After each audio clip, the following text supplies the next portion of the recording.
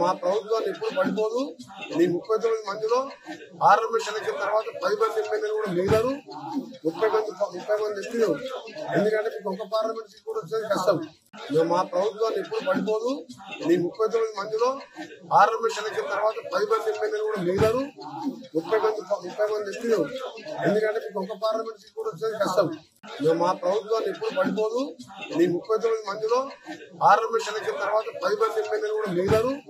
30 మంది ఎంపీలు. ఎందుకంటే మీకు ఒక పార్లమెంట్ సీట్ కూడా వచ్చేది కష్టం. మా ప్రభుత్వాన్ని ఎప్పుడు పడిపోదు.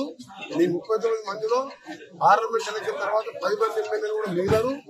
30 మంది ఎంపీలు. ఎందుకంటే మీకు ఒక పార్లమెంట్ సీట్ కూడా వచ్చేది కష్టం.